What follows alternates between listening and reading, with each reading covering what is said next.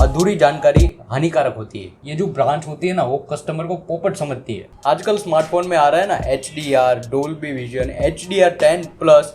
80% लोगों को यही नहीं पता ये चीज़ होती क्या है। इसमें और एक चीज़ ऐड कर दी, 10 बिट। अभी लोग और ज़्यादा कंफ्यूज हो गए, ये चीज़ क्या है, क्या 10 बिट क्या होता है, 8 बिट होते हैं, 10 बिट होते हैं, ये चीज़ होती क्या है, डिफरेंस क्या होता है दोनों के बीच में। तो जितना मैं रिकॉल कर पा रहा हूँ, ये लाया था Xiaomi अपने Mi 11 अल्ट्रा में, और शायद लाइट में भी ऐसा कोई बोलेगा कि मेरे पास 10 बिट वाली डिस्प्ले है, तो सुनने में तो ऐसा ज़्यादा डिफरेंस नहीं लगता है। जैसे कि 8 बिट हो गए, 2 बिट बढ़ा दो तो 10 बिट हो जाएगा, बट ऐसा नहीं होता है। ऐसा इसलिए नहीं होता है क्योंकि 8 बिट और 10 बिट में बहुत ज़्यादा कलर का डिफरेंस होता है। अगर आप उसको बड़े स्केल पे देखो, अभी मैं आपको समझाने जा रहा हूँ, वो चीज़ समझने के लिए आपको पूरा वीडियो देखना पड़ेगा। अभी ये जो फर्क है वो दिखाने में कंपनी का बहुत बड़ा हाथ होता है। वो इतना बड़ा दिखाती है कि ये 8 बिट है, वो टट्टी है, ये 10 बिट है, ये देखो कितना चमक रहा है। लेकिन ऐसा नहीं होता, वो मेकअप लगा के ऐसा स्क्रीन पे दिखाया जाता है। बचपन से शुरुआत करते हैं। अभी बचपन में हमको सिखाया गया है कि कोई भी रंग होता है वो 3 कलर से बनता है, रेड, ग्रीन और ब्लू। ये चीज़ सही है, RGB बोलते हैं उसको। तो डिस्प्ले में भी ऐसा ही होता है, 3 कलर होते हैं, रेड, ग्रीन एंड ब्लू। वो पहले वो ड्राइंग की बुक नहीं आती थी, ऐसे पीछे लगा रहता था कि रेड, ग्रीन, ब्लू दोनों को मिलाने से ये कलर बनेगा, ये कलर बनेगा। ठीक उसी तरह होता है स्मार्टफोन के डिस्प्ले में। अब थोड़े बड़े हुए तो और नखरे आ गए कि प्रिज्म ब्लॉक से अगर व्हाइट रंग को पास किया जाए तो अपने रेनबो वाले सतरंग में निकलेगा, 7 कलर को मिला दो तो व्हाइट बनेगा। तो ये सब चीजें होती है। अब RGB में ऐसा नहीं होता है कि रेड ग्रीन दोनों को मिला के येलो निकलेगा। तो डिस्प्ले में तो ऐसा शेड्स भी होते हैं ना, तो रेड, ग्रीन और ब्लू तीनों के 256 शेड होते हैं 8 बिट में। तो 8 बिट में अगर देखा जाए तो 256 मल्टीप्लाई बाय 256 मल्टीप्लाई बाय 256, तो जो वैल्यू आती है उतने सारे कलर रिप्रोड्यूस कर सकता है एक 8 बिट वाली डिस्प्ले। और वहीं अगर 10 बिट की डिस्प्ले की बात की जाए तो बहुत ज़्यादा फर्क आता है, क्योंकि 10 बिट की डिस्प्ले में 1024 अलग अलग शेड्स के कलर होते हैं। जैसे कि रेड हो गए, ग्रीन और ब्लू, और तीनों के अलग अलग शेड्स 1024 होते हैं। और तीनों को अगर मल्टीप्लाई किया जाए तो जो नंबर आता है वो करीबन बिलियन में आता है। अप्रोक्सीमेटली 1 बिलियन तक कलर रिप्रोड्यूस होते हैं अलग अलग शेड्स के। अब सिंपल सी बात है, अगर किसी पागल को सुनागे तो वो भी बता देगा कि 10 बिट डिस्प्ले अच्छी होती है 8 बिट से। बट ये सच भी है और नहीं भी। मैंने बोला था हमें गोली खिलाई जा रही है। नंबर्स देखने में तो काफ़ी बढ़िया लग रहे हैं 10 बिट वाले, बट एक्चुअली में प्रैक्टिकली इसको देखना और इसको फील करना थोड़ा सा नहीं, बहुत ज़्यादा मुश्किल है एक स्मार्टफोन में। अब जब तुम 10 बिट वाली डिस्प्ले को अगर बड़ी कोई डिस्प्ले उसमें देखोगे तो आपको नोटिसेबल डिफरेंस दिखेगा, क्योंकि कलर अच्छा रिप्रोड्यूस होता है, 1 बिलियन तक कलर जाते हैं, तो उसमें नोटिस होगा।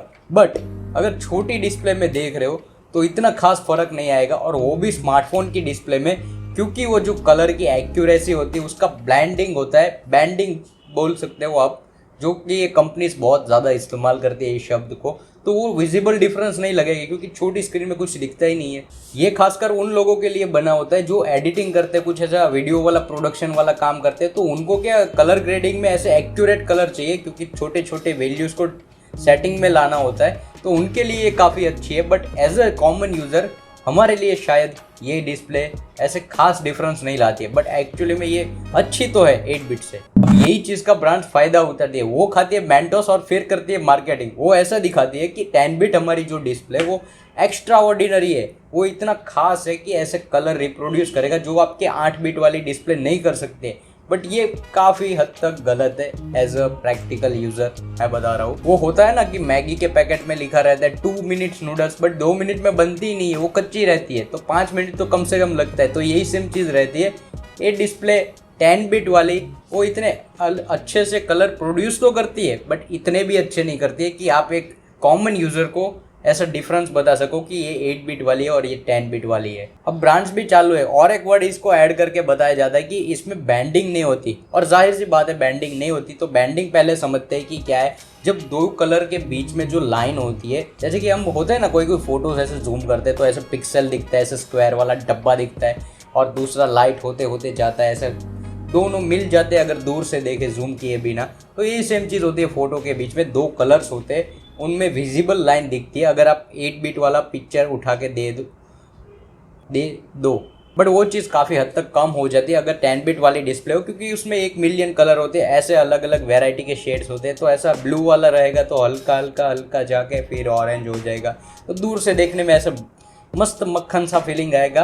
तो यही चीज़ सेम चीज़ यूज़ करके कंपनीज मार्केटिंग में बहुत ही ज़्यादा डिफरेंस दिखाती है। अब ये डिस्प्ले थोड़ी सी महंगी भी बनती है और इसमें सिर्फ यही फैक्टर नहीं होता कि अगर 10 बिट वाली डिस्प्ले हो तो ये अच्छी होगी। ये ज़रूरी नहीं है कि 10 बिट वाली डिस्प्ले तो अच्छी होगी, क्योंकि अगर आपको पता है कि सैमसंग अभी भी किंग है अपनी डिस्प्ले में, तो कैसे, क्योंकि डिस्प्ले बहुत सारे फैक्टर्स पे डिपेंड करता है। देखो आपका कॉन्ट्रास्ट रेशियो हो गया, कलर रिप्रोडक्शन कैसा है डिस्प्ले का, ब्राइटनेस लेवल कितने मैक्सिमम निट्स तक जा सकती है।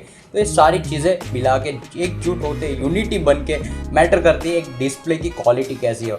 तो सिर्फ ये 8 बिट 10 बिट वाले फैक्टर से कोई डिस्प्ले को अच्छा नहीं कहा जा सकता। ये तो खैर अभी नया है स्मार्टफोन्स में, करीबन 8 महीने पुराना तो है, बट फिर भी ये चीज़ बहुत पहले से चली आ रही है। सैमसंग की टीवीज़ हो गई या फिर कोई मॉनिटर्स में ये चीज़ पहले से आ रही है, बट एक स्मार्टफोन में इसकी ज़रूरत शायद मेरे हिसाब से अभी नहीं है। अब यही चीज़ हो गया ना कि अगर आप 20,000 का स्मार्टफोन ले लो तो उसमें भी एमोलेड डिस्प्ले दे रहे, और 1 लाख का सैमसंग का स्मार्टफोन उसमें भी एमोलेड दे रहे। दोनों में नाम तो सेम है, बट उसकी डिस्प्ले की क्वालिटी में ज़मीन आसमान का फ़र्क होता है। तो नाम से कुछ नहीं रखा, अब काम पे ध्यान दो।